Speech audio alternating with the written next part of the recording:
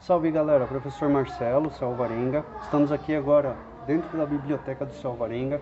Vocês querem um lugar melhor para vocês saberem mais informações, não só sobre esporte, mas todos os assuntos do mundo?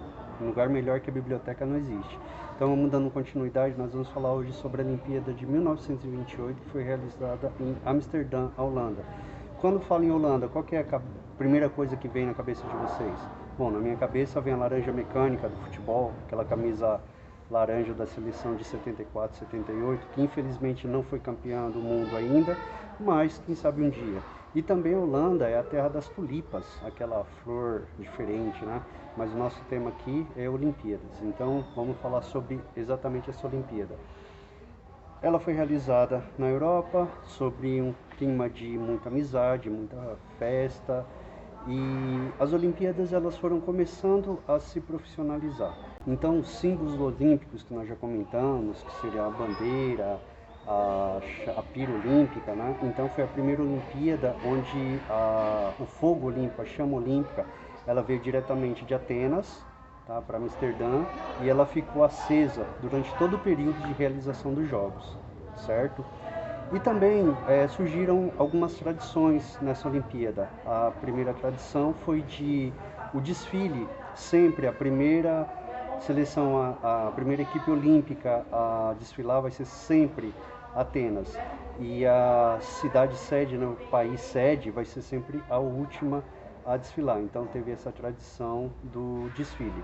E o grande idealizador dos Jogos Olímpicos, o Barão Pierre de Coubertin, ele não compareceu mais às Olimpíadas. Ele viu que com o tempo a Olimpíada estava virando profissional demais. As pessoas estavam começando a receber para participarem. Isso deixou ele muito chateado, porque a ideia principal dele era fazer com que os jogos fossem amadores, então que as pessoas não vivessem dos esportes para poder sobreviver, né? E isso foi uma coisa, com o tempo, o esporte foi se profissionalizando e foi se perdendo esse intuito. E um fato bem curioso dessa Olimpíada é que tinha uma americana, e essa americana, o nome dela era Elizabeth Robson. Ela era uma aluna de uma escola, né, com 16 anos, e um dia ela chegou atrasada para pegar o ônibus escolar. O ônibus saiu e ela saiu correndo atrás em disparada. E o técnico de educação física do colégio que ela estudava percebeu a velocidade dela e ficou impressionada com a disposição. Então ele pegou essa menina, começou a treiná-la, e essa menina foi a primeira atleta feminina a ganhar uma medalha de ouro numa Olimpíada. Então, gente, sempre acreditem no seu potencial, independente que seja para o esporte, para alguma arte, sempre alguém vai estar observando você e a sua chance pode aparecer, beleza? E chegamos a 1932, os Jogos Olímpicos de Los Angeles, nos Estados Unidos. Novamente a gente teve uma baixa de participantes, uma baixa de países, porque, novamente, a dificuldade dos atletas saírem da Europa para vir para os Estados Unidos disputarem, mas aquela questão, né? Os Estados Unidos estavam começando a ser uma potência mundial financeira e eles queriam mostrar isso para o mundo. Tanto que eles construíram um estádio especificamente para as Olimpíadas com capacidade para 105 mil lugares. E também criaram a Vila Olímpica como a gente conhece hoje. Então foi criado um espaço onde os atletas iam conviver.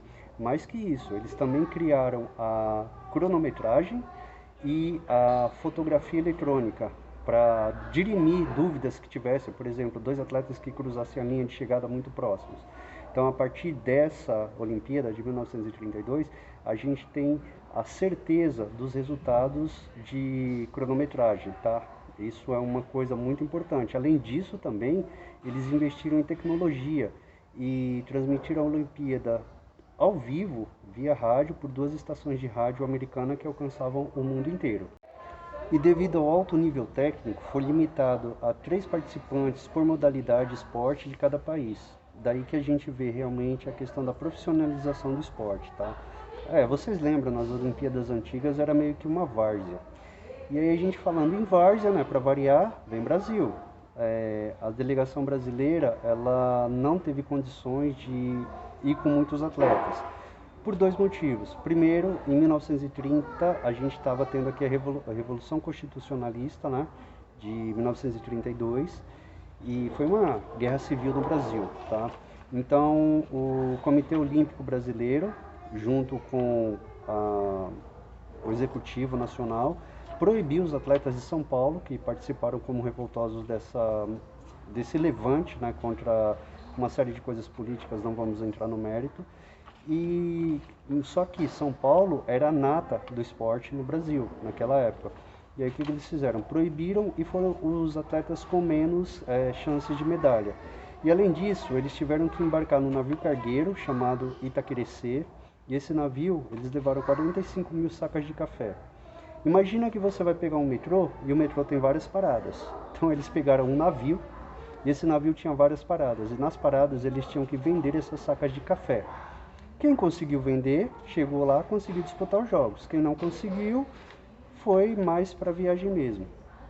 Porém, os dirigentes e as famílias, eles tiveram todos os custos bancados pelo Comitê Olímpico Brasileiro, tá? Alguma coisa assim muito parecida com o que acontece nos dias de hoje. Então, o esporte no Brasil ainda assim é visto de uma certa forma amadora. São poucos esportes que conseguem resultados. Mas, nessa Olimpíada a gente pode destacar também que começaram a ser realizadas as cerimônias de entrega de medalha como a gente conhece hoje. Então, pódio, o lugar mais alto para o medalhista de ouro, o segundo prata e o terceiro bronze. Tudo bem? Espero que vocês tenham gostado de mais essa curiosidade olímpica e a gente se vê na próxima. E, gente, aproveite os espaços do céu, aproveite a biblioteca. Se você tem uma biblioteca perto da sua casa, use-a. Um abraço e até a próxima.